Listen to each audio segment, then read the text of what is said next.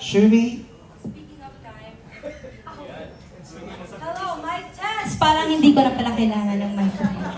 Ayun na nga, my own version of sacrifice siguro kasi I've been working here in Manila. Siguro talaga ang pinakamalaking sakripisyo po sa akin ay yung time ko po sa pamilya ko. Kasi malayo, not everybody knows, siguro ako po ay nakatira sa Manila alone and all my family nandun sila sa probinsya. So, last month lang na panaginipan ko yung lola ko. So, I feel like pinaparemind niya ako na you can always go back here. You can always go back to your core, bumalik ka lang. And I feel like it's also,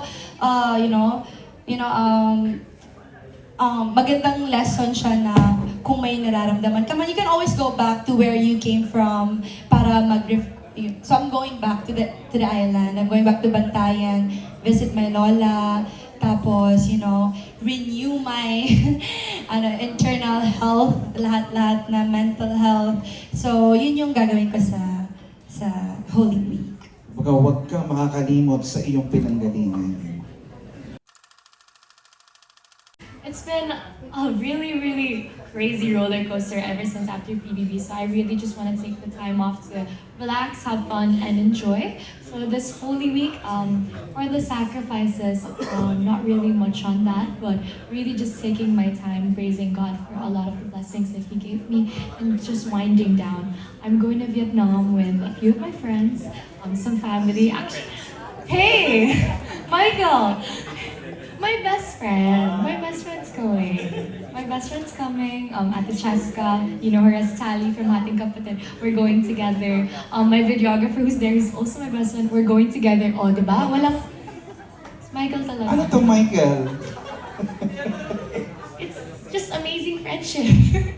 So yeah, I'm just spending time praising God and winding down in Vietnam with friends. So yan po. It's gonna be my first time going out of the country with my mom. Wow. Yeah, so I wasn't born in the Philippines, so I moved here with my mom. So ever since then, it's gonna be my first time going out with her. So I'm really happy. Wow. In other words, huwag kang mag-Holy Week na hindi kasama ang iyong mga Yes. nanay mo. Pero pwede ko yung sumama. I'll see you there. Just book your own ticket na. KKB na lang po tayo. So yeah, I'll see you guys there. Sophie? This Holy Week, same as Charlie, wala naman really sacrifices since vacation talaga with my mom, lalo na paglabas ng PBB for work. So, yeah, yung Holy Week is spent talaga namin ni Mommy na vacation together. And sana sa Korea, matuloy kami sa Korea, Lord.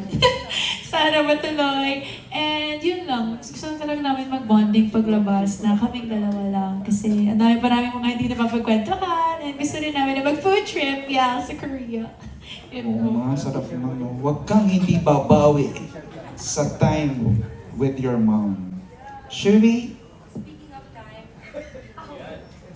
hello, mic test! Parang hindi ko na pala kailangan ng microphone.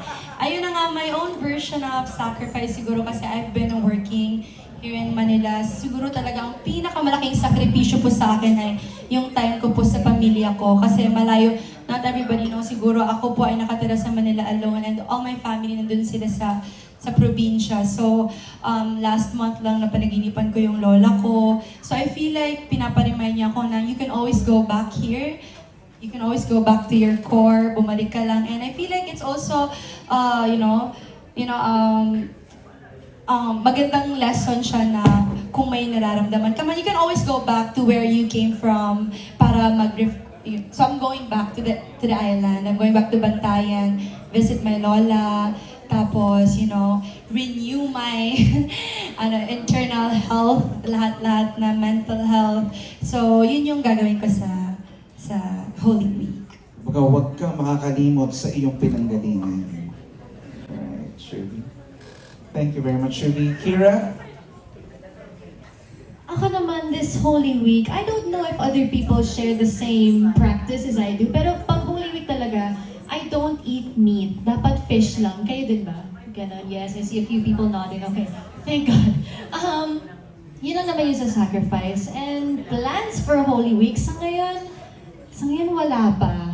So I don't know if I will be sharing it with my friends or with my family. So, wala pa. Yun. Kumbaga, huwag kang kakain ng beef pag Holy Week? Ayan. Anthony? For Holy Week, we're gonna see. I'm very last second. I planned very, very late. But definitely, without a doubt, just going to be resting, guys, catching up on my sleep, working out, really just investing in myself. And of course, Easter Sunday is gonna be coming up, so just celebrating Jesus. And I don't know, just gonna be resting, and we'll see what plans I'm gonna have. Super last second with my plans. Kumbaga, Anthony, huwag kang hindi babawi ng tulog. No? Tagababawi ng tulog. Sean? Ako naman po, much like everyone else here, siguro napapansin nyo, may common theme naman sa amin na tumira sa Manila mag-isa, ganun, everyone moved here. And I'm the same, from Davao ako eh. Tapos, I moved here to work. So, siguro yun yung sacrifice. Every other day other than Holy Week has been a sacrifice. So for Holy Week, gusto ko naman mag-give back kasi my mom's celebrating her 50th birthday. So, gusto ko mag-spend ng time with her. We're going to Switzerland together. Yeah. Hey, Mom. Pwede kayo sumama, bro. KKB lang din tayo. Pero nga, 50th kasi na mama. And yes, we spend time when I go there for the holidays. Pero iba kasi yung oras na sinespend mo with intent. Na may intent ka talaga na para sa kanya, na gusto mong pasayahin siya, this is her time, this is her trip. And for me to be able to do that is, yun yung plano ko and yun yung goal ko for Holy Week. Kumbaga, huwag kang hindi magse-celebrate ng birthday ng mama kung hindi kayo pupunta ng Switzerland. And I, thank you. Marco?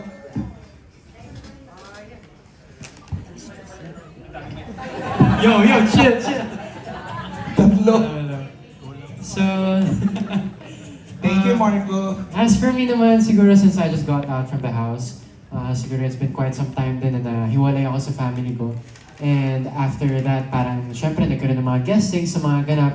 So, for this Holy Week, siguro it's not really much of a sacrifice kasi nagawa ko na siya inside the house. And for this time, I wanna spend it with my family lang talaga, and especially my brother, na hindi ko nakaka-bonding ever since. So, siguro simpleng get-together lang with some relatives, and yung favorite bonding namin ng family ko is mag-billiards. So, I just wanna make my brother happy. I just wanna make sure na makapag-catch up kami ng family ko, and makagawa kami ng bonding na talagang maaalala namin every time. Yeah. Kumbaga, huwag kang hindi magbibilliards kasama ng Yes, sir. Allen, I'd like you to answer that in English form. May I go out? I'll be back later. Para klase nagpaalam. Pandemic pa yung biro na. Kung Allen. Ako, ganoon din naman. Wala naman sacrifice. Kumbaga, mag-celebrate ako ng Holy Week with my family talaga. Kasi, yan, diba, kumpleto kami ng family ko. Yun talaga para sa akin yung pahinga ko eh. Yung makasama ko yung family ko na ginagawa ko before yung mga ginagawa ko sa Bicol.